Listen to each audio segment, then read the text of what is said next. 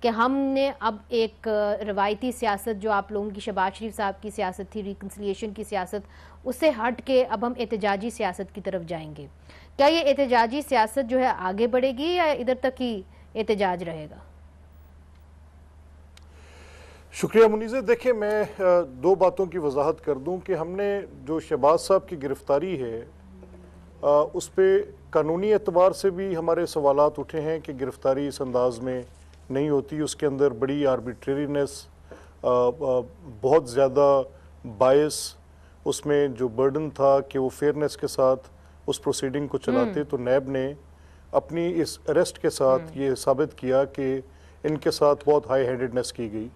وہ اس پوری تفتیش میں شامل رہے اور اپنی جو نیب نے سوالات پوچھے اس کا جواب دیتے رہے اور بحیثیت وزیر اعلیٰ بھی جاتے رہے، جو کہ انپریسیڈنٹڈ تھا، اس سے پہلے کبھی نہیں ہوا. اور میں شہباز صاحب کو آن ریکارڈ اس بات پہ بتا سکتا ہوں کہ جب ان سے انہوں نے مشورہ پوچھا تو ہم نے کہا کہ جو ریکارڈ وہ مانگ رہے ہیں وہ کمپنی سے ریلیٹڈ ریکارڈ ہے، تو آپ اس کو تھرو کاؤنسل بھی بھجوا سکتے ہیں یا کمپنی کے بورڈ آف ڈائریکٹرز کے جو چیئرمین ہیں اس کو بھیج دیں یا کسی ممبر کو بھیج دیں.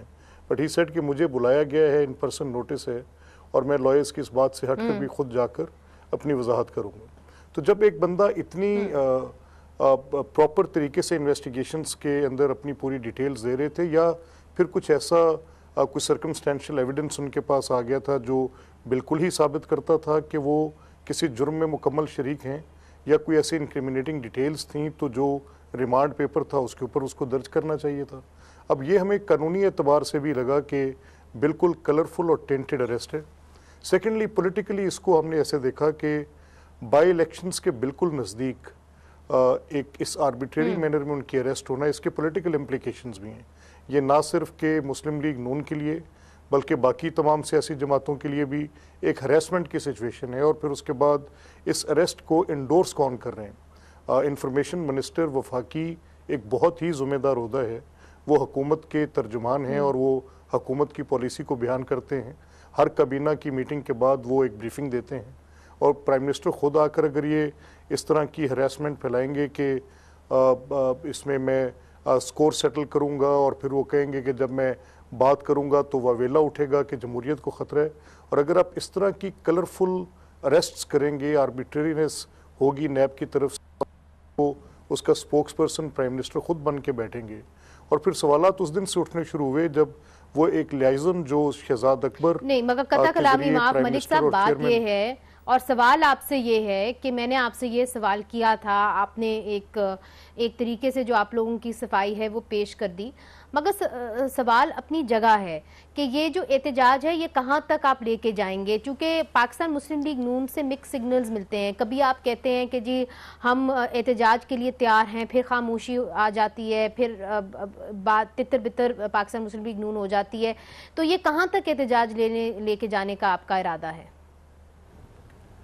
دیکھیں منیزہ، یہ تاثر جو ابھرتا ہے وہ اس لیے ابھرتا ہے کہ شہباز شریف صاحب بذات خود وہ خود آن ریکارڈ ہیں، وہ ڈیفرنٹ ٹیلی ویژن پروگرامز میں اور اپنی سپیچز میں یہ بات کہہ چکے ہیں.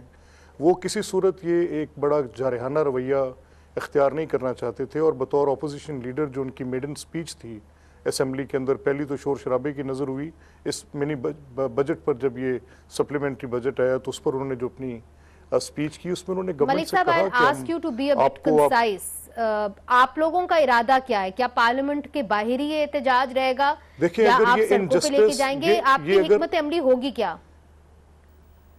دیکھیں منیزہ، اگر یہ انجسٹس اسی طرح سے رہا اور یہ وچ ہنٹنگ ایسے ہی ہوتی رہی اور یہ پولیٹیکل وکٹمائزیشن کا ایک نیا ایرا اور یہ 80-90 کی دہائی میں لے کر جاتے رہے، تو پھر ہم مجبور ہیں، پھر ہم ہر صورت میں یہ احتجاج کریں گے اور بھرپور انداز میں کریں گے، پارلیمنٹ کے اندر بھی کریں گے. اچھا متی صاحب، آپ پارلیمنٹ جو ہے آپ کور کرتے رہے ہیں، اکثر آپ کو ہم پارلیمنٹ کے اندر ہی دیکھتے ہیں.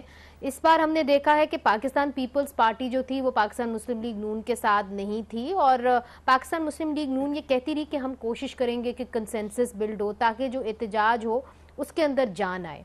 اس معاملے کو آپ کیسے دیکھتے ہیں کہ پاکستان پیپلز پارٹی ان کے ساتھ نہیں گئی؟ اس احتجاج کا کوئی اثر آپ کو نظر آتا ہے؟